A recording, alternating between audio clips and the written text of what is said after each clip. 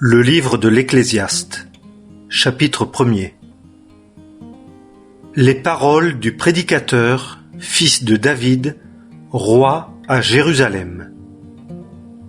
Vanité des vanités, dit le prédicateur. Vanité des vanités. Tout est vanité. Quel profit à l'homme de tout son labeur dont il se tourmente sous le soleil? Une génération s'en va, et une génération vient, et la terre subsiste toujours. Et le soleil se lève, et le soleil se couche, et il se hâte vers son lieu où il se lève. Le vent va vers le midi, et il tourne vers le nord. Il tourne et retourne, et le vent revient sur ses circuits. Toutes les rivières vont vers la mer, et la mer n'est pas remplie. Au lieu où les rivières allaient, là elles vont de nouveau. Toute chose travaille, l'homme ne peut le dire. L'œil ne se rassasie pas de voir, et l'oreille ne se satisfait pas d'entendre. Ce qui a été, c'est ce qui sera. Et ce qui a été fait, c'est ce qui se fera. Et il n'y a rien de nouveau sous le soleil. Y a-t-il une chose dont on puisse dire « Regarde ceci, c'est nouveau ».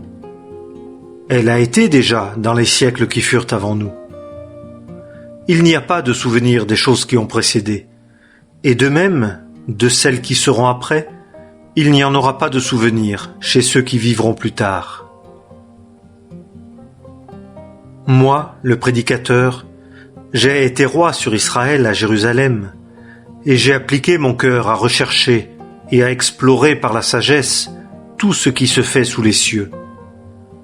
C'est une occupation ingrate que Dieu a donnée aux fils des hommes, afin qu'ils s'y fatiguent. J'ai vu tous les travaux qui se font sous le soleil, et voici, tout est vanité et poursuite du vent. Ce qui est tordu ne peut être redressé, et ce qui manque ne peut être compté.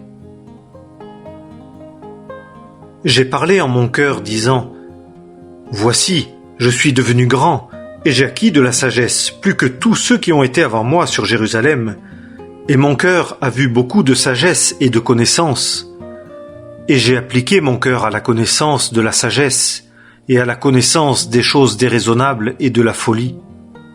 J'ai connu que cela aussi, c'est la poursuite du vent.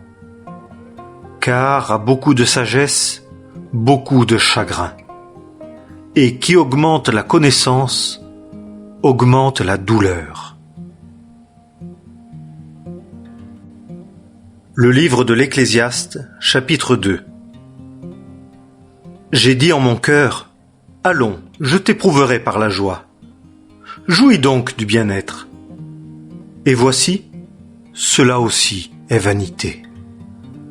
J'ai dit au rire, « Tu es déraison. » Et à la joie, que fait-elle? J'ai recherché en mon cœur de traiter ma chair avec du vin, tout en conduisant mon cœur par la sagesse, et de saisir la folie, jusqu'à ce que je visse quel serait, pour les fils des hommes, ce bien qu'ils feraient sous les cieux tous les jours de leur vie. J'ai fait de grandes choses. Je me suis bâti des maisons, je me suis planté des vignes, je me suis fait des jardins et des parcs, et j'y ai planté des arbres à fruits de toute espèce. Je me suis fait des réservoirs d'eau pour en arroser la forêt où poussent les arbres. J'ai acquis des serviteurs et des servantes, et j'en ai eu qui sont nés dans ma maison. J'ai eu aussi des troupeaux de gros et de menu bétail, en grand nombre, plus que tous ceux qui ont été avant moi à Jérusalem. Je me suis aussi amassé de l'argent et de l'or, et les trésors des rois et des provinces.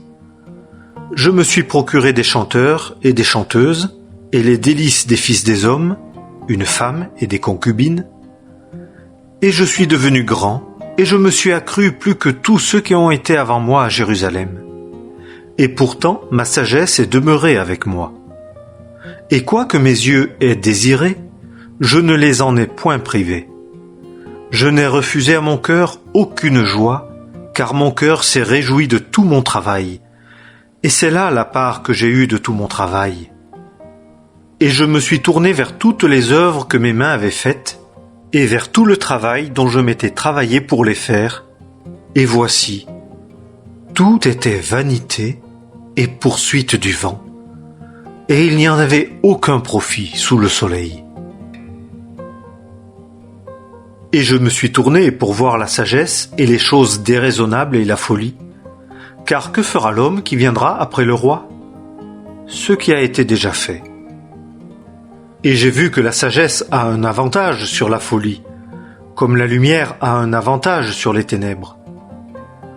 Le sage a ses yeux à sa tête, et le fou marche dans les ténèbres. Mais j'ai connu, moi aussi, qu'un même sort les atteint tous. Et j'ai dit en mon cœur, le sort du fou m'atteint, moi aussi. Et pourquoi alors ai-je été si sage? Et j'ai dit en mon cœur que cela aussi est vanité. Car jamais on ne se souviendra du sage, non plus que du fou, puisque déjà dans les jours qui viennent tout est oublié. Et comment le sage meurt-il comme le fou? Et j'ai haï la vie, parce que l'œuvre qui se fait sous le soleil m'a été à charge, car tout est vanité et poursuite du vent. Et j'ai haï tout le travail auquel j'ai travaillé sous le soleil, parce que je dois le laisser à l'homme qui sera après moi. Et qui sait s'il sera un sage ou un sot? Et il sera maître de tout mon travail auquel j'ai travaillé et dans lequel j'ai été sage sous le soleil. Cela aussi est vanité. Alors je me suis mis à faire désespérer mon cœur à l'égard de tout le travail dont je me suis travaillé sous le soleil.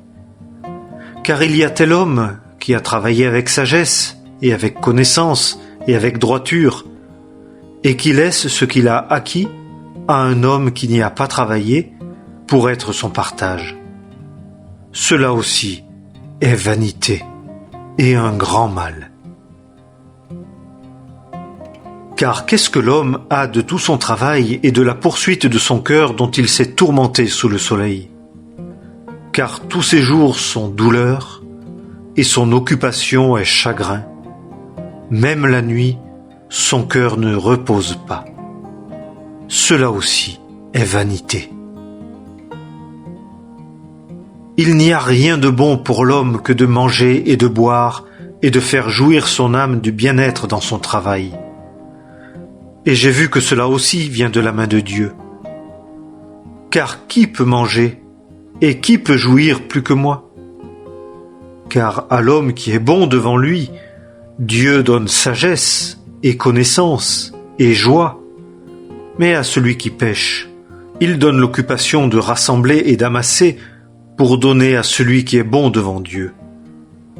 Cela aussi est vanité et poursuite du vent. Le livre de l'Ecclésiaste, chapitre 3. Il y a une saison pour tout, et il y a un temps pour toute affaire sous les cieux.